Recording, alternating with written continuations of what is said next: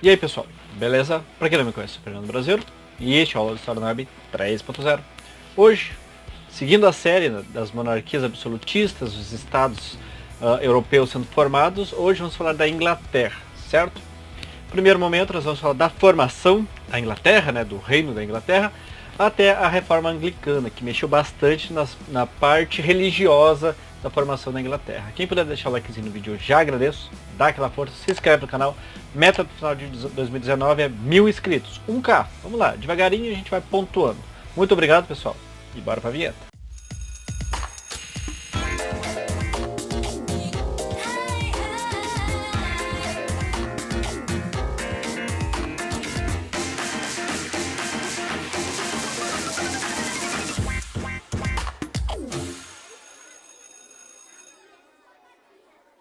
Beleza, pessoal. Começando pela formação do Estado inglês. Lembrando, vamos relembrar pela milésima vez, a base do feudalismo era senhores feudais, cada um responsável por uma determinada porção de terra. A partir das caravanas e trocas comerciais, foi-se investido em um único senhor para que esse senhor tomasse conta geral. Na Inglaterra, bom, o território acabou sendo dividido em condados, condados também chamados de shires ou shires. Eu não entendi o que ele falou. Então esses condados, você já deve ter ouvido falar na formação dos Estados Unidos, o condado de Iowa, o condado disso, e os xerifes, que no Velho Oeste, né, naqueles filmes de Bang Bang, é o responsável lá, o tipo delegado da cidade. Pois é, nos condados eles eram comandados pelos xerifes, na formação do Estado inglês. Eles possuíam de certa autonomia e autonomia também para legislar. Não era só autonomia de comandar, de construir, de infraestrutura, não. Eles tinham uma certa legislação própria de cada um dos condados. Contudo, em 1066, a invasão dos normandos, comandados pelo rei Guilherme I, bom, unificou, centralizou o poder. Aquela ideia, né? Muita gente espalhada, muita gente mandando, cada um num pouquinho, chegou um grandão e tomou conta geral. Centralização. A partir da centralização a gente tem uma série de mudanças no Estado inglês. Já avisei que vai dar merda isso. Bom, Guilherme I, entre as suas primeiras medidas foi retirou a autonomia dos condados. Bom, agora quem manda sou eu. Então assim, vocês vão ficar regidos ao que eu disser que vocês têm que fazer. Ele não acabou de vez com os condados, mas tirou aquela autonomia, né? A autonomia de agir, de pensar, de às vezes cada condado tem a sua realidade. Bom, não, agora é a realidade de Guilherme I, é o rei que manda na parada. Mudar para melhor, com certeza que a gente ia mudar melhor, já estava bom. Diz que ia mudar para melhor, não estava muito bom, estava meio ruim também, estava ruim. Agora parece que piorou. Voltando a alguns velhos hábitos do feudalismo, ele impôs aos homens livres o juramento de vassalagem, no caso ao rei, né? Como ele seria o grande senhor do Estado inglês. Então, o homem pode ser livre ou tem o vassalo daquele outro senhor. Fala, bom, agora o juramento de vassalagem é com o rei. Porque o rei, lembrando, né, na monarquia absolutista divina, o rei é a figura do grande senhor com carimbaço da Igreja Católica. Outro fundamento importante, como toda centralização de poder acaba resultando, é a aprimoração da cobrança de impostos. Por quê? Porque um reino ou um estado burocraticamente, estruturalmente, para qualquer outra das funções que ele tenha que gerir o Estado, necessita de verba, né? Então na época o rei coletava os impostos, podia investir na infraestrutura, construir pontes, melhorar as estradas, aumentar o seu exército ou só comer melhor. O que ficava, a função do rei era decidir. Após, chegando em Henrique II, nós temos a criação da Common Law. Qual é a moral da Common Law? Bom, ela é um conjunto de leis que valem para todo o território. É tipo uma constituição, só que ela tinha um fundamento bem interessante que, ainda como existiam grandes senhores feudais, bom, ela tirava esse poder da nobreza feudal. O que isso quer dizer? Quer dizer que cada vez mais o rei se tornava absoluto. Então a lei rege todo o lugar, né, todo o território comandado por aquele rei, e aqueles que são mais ou menos poderosos, bom, eles também vão ter que se curvar a essa determinada lei. É verdade. Só que essa centralização, empoderamento do rei, bom, ela acaba constrangendo e enfurecendo quem acaba sendo diminuído. Ou seja, nós temos já nessa figura o rei João Sem Terra, nome complicado, né? Mas é o João Sem Terra da época. Temos a desavença com o clero, com os nobres, com os barões, senhores feudais, e o povo, a ralé em si, vai junto com esses senhores menores. Por quê? Porque só o rei manda, tudo ele pode. Não, pera aí, tá complicada essa situação. Vamos dar uma equiparada, pelo menos os grandes, pensando assim, né? o pessoal do clero, quem tinha título de nobreza e os grandes senhores. Bom, vamos tentar melhorar nossa situação também, vamos dizer pro povo que é para melhorar a situação deles também. Aquele velho papo que todo mundo costuma ouvir, que é assim, ó, vamos aumentar o bolo para depois repartir, e o depois não chega nunca, ainda mais a gente que está esperando a nossa fatia do bolo. Então o que aconteceu?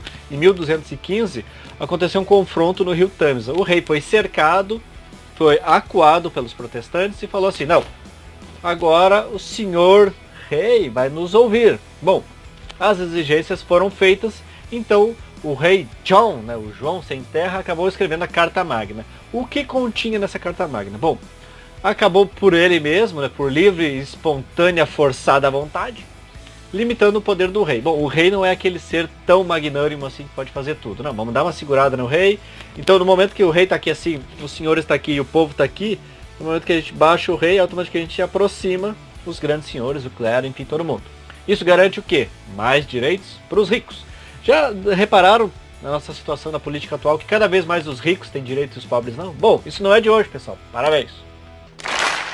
E também fica instituído o Grande Conselho. O que é o Grande Conselho? Bom, é o pessoal que tem mais pila do que a gente, como sempre, né? É o pessoal da faixa intermediária para cima que começa a mandar. É feito o conselho com o clero e com o pessoal dos nobres, né? Um pouquinho que tem mais condição financeira do que a gente, que está um pouco abaixo do rei. Então o rei segue magnânimo, mas com poder diminuído. Depois temos o conselho, o Grande Conselho, que fica a cargo do clero, porque lembre-se, a igreja é fundamental para manter um poder tranquilo em qualquer civilização. Igreja, quando eu falo, pessoal, é questão de crença religiosa. Toda e qualquer civilização, o líder religioso, ele sempre está ali na segunda, no máximo na terceira cadeia de comando. Podem reparar nos astecas, nos maias, nos incas, na cultura grega, cultura romana, egípcia, a Mesopotâmia, entre outras, pessoal. O encargo do religioso, o chefe religioso, aquele que cuida das tradições, dos ritos, dos sacrifícios, seja lá o que for que tenha a ver com o sobrenatural, ele sempre está um pouco abaixo do líder supremo. Daí chegamos a mais um ponto que acaba sempre delimitando o poder real, que é o surgimento do parlamento, pessoal, que até hoje vigora. O parlamento é uma composição muito interessante. Em 1350 ele foi dividido em duas câmaras, a Câmara dos Lords, que ficava os nobres, né, o pessoal do clero, vamos dizer assim, um parlamento mais chique, né, série A, e o parlamento comum, tinha os burgueses, os cavaleiros, o povo em geral não podia decidir nada. Sempre tinha assim, o cidadão, ele não tem direito de voz, sempre tem que ser um pouquinho acima. Então, o pessoal dos cavaleiros, que representavam mais o exército, os burgueses, que eram os grandes comerciantes, que tinham, querendo ou não, alguma condição econômica, abaixo deles, daí, bom, a nobreza. A nobreza é aquele título ganhado do rei ou do clero, né? E o clero que é representante de Deus. Bom, assim fica difícil competir. É verdade. Daí chegamos na parte da Guerra dos 100 Anos. Lembrando, pessoal, isso aqui já deve ter passado por vocês, mas eu vou seguir novamente. A Guerra dos 100 Anos foi o seguinte: a coroa francesa ficou vaga. Por quê? Porque Filipe e seus filhos homens, bom, morreu todo mundo. Então quem é que vai governar a França agora, pessoal? Bom, a França, o trono da França foi disputado por duas grandes potências. Foi Eduardo III, que era o atual rei da Inglaterra, né, que era neto do Filipe IV, era o Filipe o Belo, para você que lembra aí. E também tivemos Charles de Valois, que era sobrinho de Filipe IV, esse representando a França e o Eduardo III representando a Inglaterra. Bom, a partir daí vemos aquela grande rivalidade que dura e vai durando até hoje, que influenciou também na independência dos Estados Unidos, com o apoio da França, os Estados Unidos conseguiu, e a Revolução Francesa, que foi influenciada pelos Estados Unidos, que foi influenciada pela ajuda dos franceses. Olha e repara que nada é por acaso, pessoal. Tudo acontece numa cadeia de eventos, e aí começa uma Guerra dos 100 Anos, que na verdade durou 100 e poucos anos. E acabou com a vitória dos franceses. Bom, a França ficou da França, a Inglaterra da Inglaterra. Mas a guerra acaba sempre enfraquecendo os dois lados. Porque acaba investindo muito em poderio bélico, em armas, em alimentos, suprimentos, em navio e tudo mais. Até porque a Inglaterra é uma ilha, então esse confronto além-mar era problemático. Mas acabou desfalcando um pouco a situação da Inglaterra e da França também, apesar da França sair vitoriosa. Chegamos, pessoal, na Guerra das Duas Rosas, 1455 a 1489. Bom, isso aí tem mais a ver com uma guerra de sucessão. Por quê? Não sei. Depois, na Guerra dos 100 Anos, tá? Passou um certo tempo, Quem vai mandar no Estado? Bom, os nobres, eles tinham suas próprias milícias, né? Qualquer coincidência com a nossa política atual, bom, eu acredito que seja mera coincidência ou a história de ser repetida, porque milícia faz parte da história. Não é certo, não é bom, mas sempre existiu. Quem tem poder, quem tem cascalho na bolsa, quem tem um certo poder, controla a terra, controla os bens, bom, sempre vai ter alguém que controla sua violência. Os milicianos, no caso, eles eram representados pelos nobres, né? Os nobres tinham dinheiro, contratavam seus mercenários, seus lacaios, seus jagunços, seja lá como queiram chamar, e eles formavam seus próprios mini exércitos. E aconteceu uma guerra de sucessão entre duas grandes famílias para tomar posse do trono da Inglaterra, que eram os Lancaster e os York. Já avisei que vai dar merda isso. Daí temos um final muito interessante, pessoal. Lembrando, Guerra das Ruas Rosas, porque os brasões das famílias são esses aí na imagem ao lado. Um era um Lancaster, né, que era uma rosa vermelha, e os Yorks, que eram uma rosa mais branca. O que aconteceu? Ao final do conflito, Henrique começou a dinastia dos Tudor. Ele era apoiado pelos Lancaster, ele se casou com Isabel da família York. Então juntou a miliciaiada tudo depois do conflito. Bom, começamos a dinastia dos Tudors na Guerra das Duas Rosas. Bom, as duas rosas se uniram e viraram uma grande rosa problemática.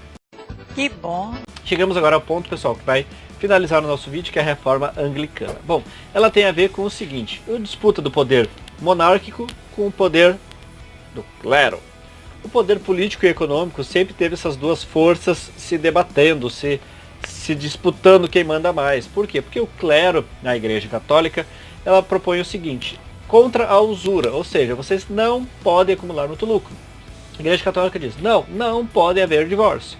E uma série de outros dogmas e influências no cotidiano de uma sociedade que o rei às vezes não tem poder para modificar. Bom, o rei, Henrique VIII, pensou o seguinte: bom, se eu não posso modificar os dogmas da Igreja Católica, vou inventar a minha própria religião. Você é o bichão mesmo, hein, doido? Então, por que aconteceu tudo isso? Bom, Henrique VIII, ele desejava um herdeiro homem. Só que tinha um problema, ele era casado com a princesa espanhola Catarina de Aragão, e mesmo depois de 20 anos tiveram só uma filha, uma menina. Não tiveram um representante homem, né? Que era tudo que o rei queria, um homem para sucedê-lo como rei. Bom, o soberano, ele queria se casar com outra mulher, porque aquela ali não estava rendendo. Era Ana Bolena. O rei pediu para o Papa permissão para anular seu casamento para poder arrumar outra. Veja que ele queria fazer tudo no papel passado, não podia ser nada, não podia ser um filho bastardo, não, tinha que ser um herdeiro legítimo. Bom, o Papa falou assim, ó, Então o rei falou, ah é? Então ele conseguiu junto ao parlamento que reconhecesse seu divórcio e assim instituindo o anglicanismo no Estado inglês. Mas como que ele conseguiu fazer isso? Bom, a partir de 1534, com o ato da supremacia, ele se torna o chefe de Estado e o chefe da igreja. Como ele é o chefe da igreja, bom, a igreja é minha, fim de papo, agora os dogmas e as tradições são minhas. O Papa Paulo II, ele excomungou o rei inglês, né? Bom, então tu não brinca mais no meu campinho. Deu briguinha com o Papa, com a Igreja Católica, o rei da Inglaterra virou chefe religioso e chefe político, e a igreja anglicana se torna oficial no Estado inglês. Bom, ela tem elementos do protestantismo e do catolicismo, aquilo que interessa ao rei, aos nobres, né? Com certeza, porque o rei também precisou de algum apoio do parlamento para poder conseguir a anulação do seu casamento, falou que era pro bem do país, mas também falou que o anglicanismo servia para todo mundo. É mesmo? Não bastasse a briguinha, né, pessoal, pim, Igreja Católica e agora a Igreja Anglicana, o rei Henrique VIII falou assim, ó, tá vendo essas terrinhas que vocês têm aqui no meu estado inglês? Vaza! Confiscou a autoridade e as terras da Igreja Católica. Toma, louco! Só que daí, para finalizar, pessoal, a gente tem um momento assim de troca-troca de religião. Religião e Estado não deviam se misturar, mas se misturam desde o início dos tempos. Então o que aconteceu? Essa religião com finalidade política acabou meio que bugando a mente dos futuros governantes. Por quê? Porque Eduardo VI, ele consolidou o anglicanismo. Beleza, o rei Henrique VIII botou na parada, ele manteve. Mas depois da sua morte, a sua irmã Maria I, ela tentou voltar para o catolicismo. E ela perseguiu brutalmente os protestantes. Bom, a partir daí a gente chega no período elisabetano. Mas fica para o próximo vídeo. Certo, pessoal? Esse aqui foi o nosso primeiro videozinho da formação do Estado inglês. Temos da formação até a chegada do período elisabetano. Agora a gente vai saber por que a reforma anglicana deu tanta treta e o que tem a ver essa tal Elizabeth. Bom, se inscreva no canal, deixa o likezinho, esperem o próximo vídeo e até a próxima.